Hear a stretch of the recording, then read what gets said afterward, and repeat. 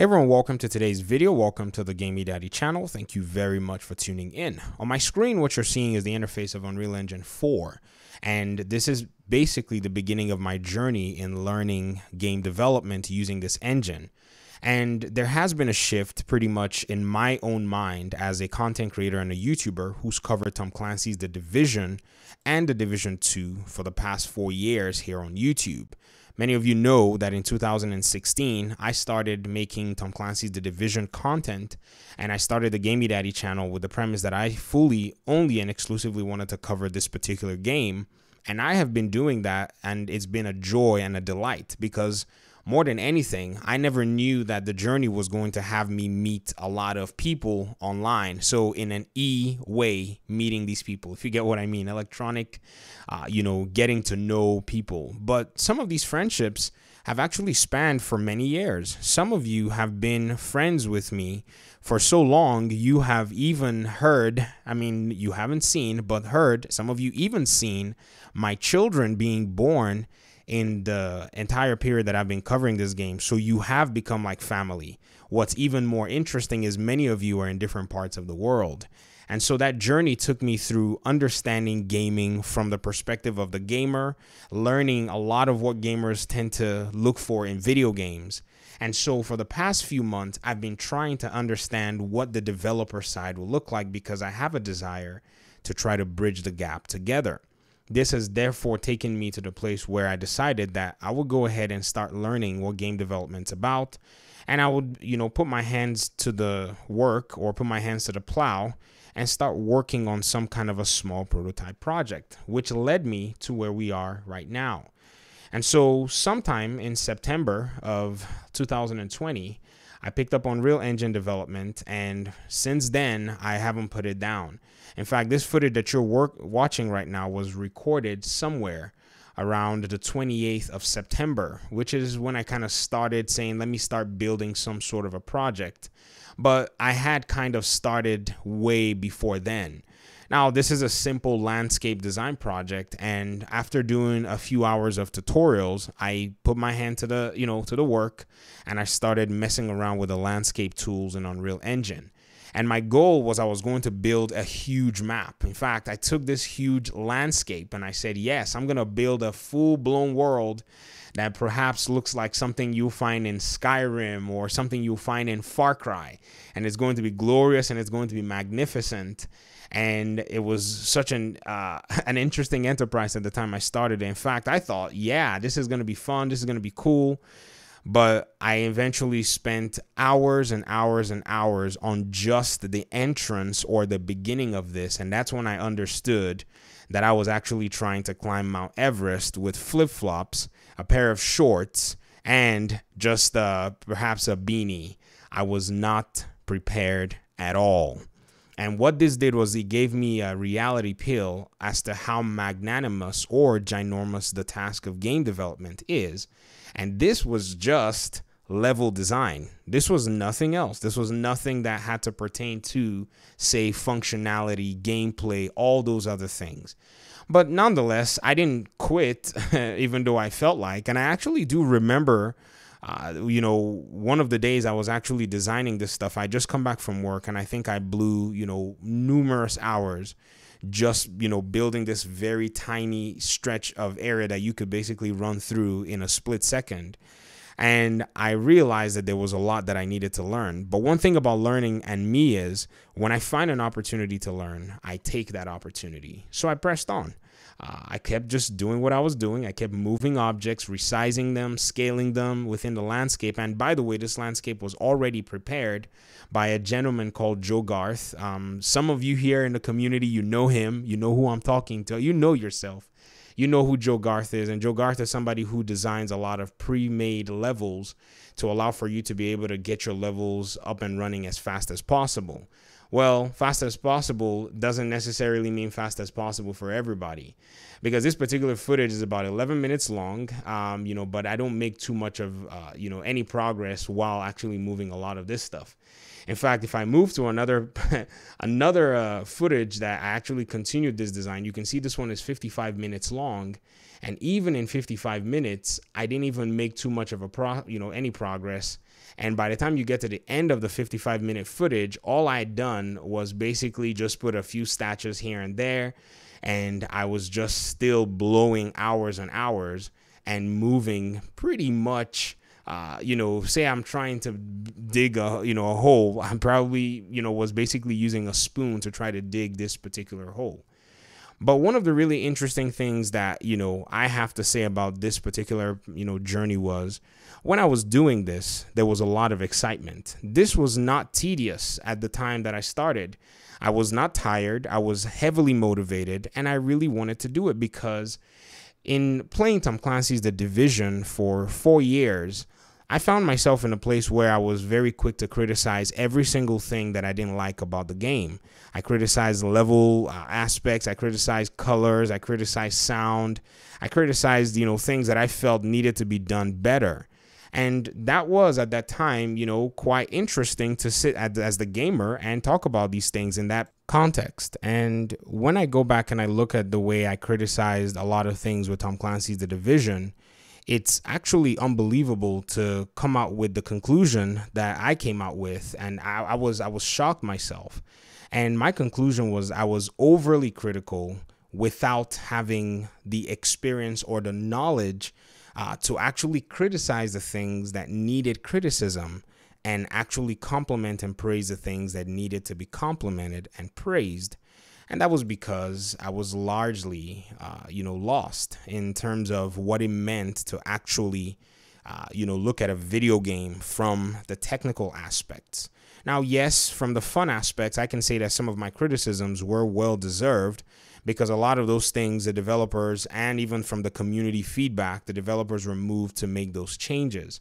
After making a lot of these, I would say attempts at starting out a level and working through a game engine and the amount of time, I do have to say that every single criticism that I've laid about any video game, I can say that much of it has come from a place of ignorance. And that is just the truth. I was very ignorant about what the process entailed. But I have to say that this entire process, starting from somewhere around August of last year, even through September, has actually continued to open my eyes towards what, it takes to actually make a very good game and what the possibilities are if you decide that you're going to make a good game. So first of all, from my perspective, having done this solo, which I know many big video game companies are not making one person try to do everything. And I understand that, they have teams of level designers. They have teams of gameplay programmers. They have teams of AI designers. They have teams of different kinds of designers. And these teams all work together. And, and this makes for complex processes to actually harmonize together. But nonetheless, there's still the individual efforts that's been put in a lot of video games that sometimes I've taken for granted myself. And I have to say that after doing a lot of this, I have come out with a lot more respect for not just the process of game development, but for the individual developers who work in the field of game development to bring video games to us, not only dealing with the challenges of just game development, but also the challenges of all of the processes, including potential bureaucracy that can arise from publishers or, shareholders that they are beholden to. The fact that they're still able to deliver games which are already challenging to make, if you get what I mean, with all of those pressures, I think it's a miracle in itself. So what does that say, or what does that speak to the video games that I've played and covered on my YouTube channel for the past 4 years? I just want to say, as much as I've appreciated those games, it has not been enough. Now, this sounds different. If you were to maybe play a video that I made sometime in maybe even January of last year before I picked up this whole thing, you would hear a different tone from a young man who was somewhat dissatisfied at what I got. And, these games didn't seem to meet a lot of the expectations. And I gave my criticisms even to the point of specifically pointing out different developers that were in charge of specific areas of the game, thinking that I was actually levying, valid criticism at that point. But the reality was, or is, that I don't know or did not know what the heck I was talking about at that time. And I'm happy to admit that. Because if I did not at some point come to the place to say, you know, what if I don't really know much of what I'm talking about? I guess that, you know, I would probably never have really taken up the journey to start learning this whole thing about game design and game development. I would have been in my own little bubble, constantly critiquing and never necessarily seeing the bright side of what the Division game has been able to achieve. And I also have to confess, at the time I started this journey, my tone also started to change towards the way I made my content and towards the way that I actually presented, you know, the game. Now, yes, I already had a positive take towards the game, and I remember the Division 2 having a lot of struggles around March, and there was a lot of negativity in the community, and I made it my mission, and I said, you know, I think there's more to the story. And I think that was actually something that came even before this whole game development stuff, from the excitement that the community showed before Warlords of New York dropped. I saw a lot of positivity in the community. In fact, I made a video telling people not to buy Warlords of New York and buy into the hype. But people told me we are excited for Warlords of New York even before it came out. But it was really interesting to see a loud portion of the community turn against the game. So I set out and said, no, we're going to talk about the positive aspects of this game. And this was before even starting to learn, you know, the whole development cycle. On working with the development cycle, it really deepened my appreciation. And I'm quite excited to continue to share this journey with you guys here in the community. You know, this is one of those videos that I never really understood how I was going to make it. But because I got a question a few days ago from one of my, you know, agents, friends here in the community, I decided I think it's time for us to start this journey and start talking about this. So this is where the journey kind of began. You know, I mean, you're looking at this here, and I was working on this whole project. But even this footage that you're seeing right now, I have to tell you that it's actually been scrapped. Because like I said, I did not know what the heck I was doing, but I kept on pushing on. And so what I want to say with this video is join me as I walk through this journey of us talking about this whole development process, not just from the gamer side, but also from the side of looking through the eyes of, say, an amateur developer and trying to understand what it means when you actually say, oh, a video game is not an easy thing to make. I think what's going to happen is perhaps I'll be able to change your minds about the development process, just like the LCN clan kind of changed my mind about the raids. You know, one of the really interesting things was I was so not a big fan of raids, but having, you know, run some of these with the clan that I run with on the PlayStation, you know, platform, they have changed my mind. And that's how they invited me. They said, come play a raid with us. And let's see if we can change your mind. This was Gmo, one of the raid clan leaders. And I said, okay, sure. Why don't we, you know, I'm open-minded to that. And I have to say, you know, the experience really did make a shift in my mind. Yes, I still hold some of my reservations. So I'm not saying that you're going to be a convert instantly. You will still have your reservations. But I believe that if you look into the process a little deeper, it may or may not deepen your appreciation for a lot of the games that you may have criticized.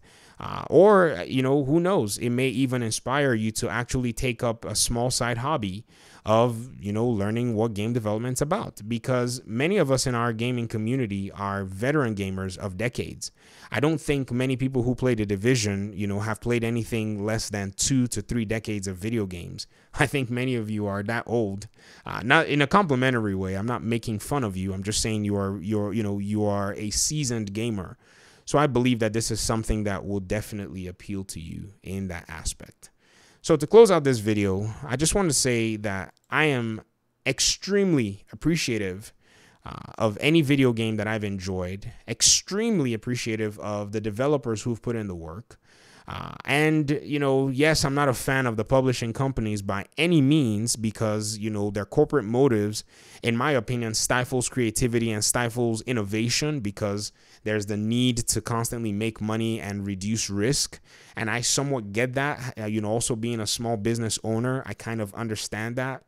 But again, at the same time, because of the nature and the art of video games, it is very, I would say it's very important that risk is taken in many cases. But nonetheless, you will see, you know, how all this stuff works. And we're going to talk about systems and all of that. And I hope that you're able to, you know, at least see a different perspective of gaming from another YouTuber and a fellow gamer just like you. But that's pretty much for this video. I think it's already spanned long enough, but we'll keep the conversation going. Let me hear your thoughts in the comment section. If you have any questions about this whole thing, just ask. It's not a big deal. All of this stuff, by the way, is mostly free. So if you have a computer, if you're a PC gamer, you can start exploring yourself. You don't really need, all the bells and whistles. You can jump into the process immediately. But I'll talk to you guys soon. Thank you so much for listening to the video. Thank you for taking out the time to engage in the content. Hopefully we'll see you in another video.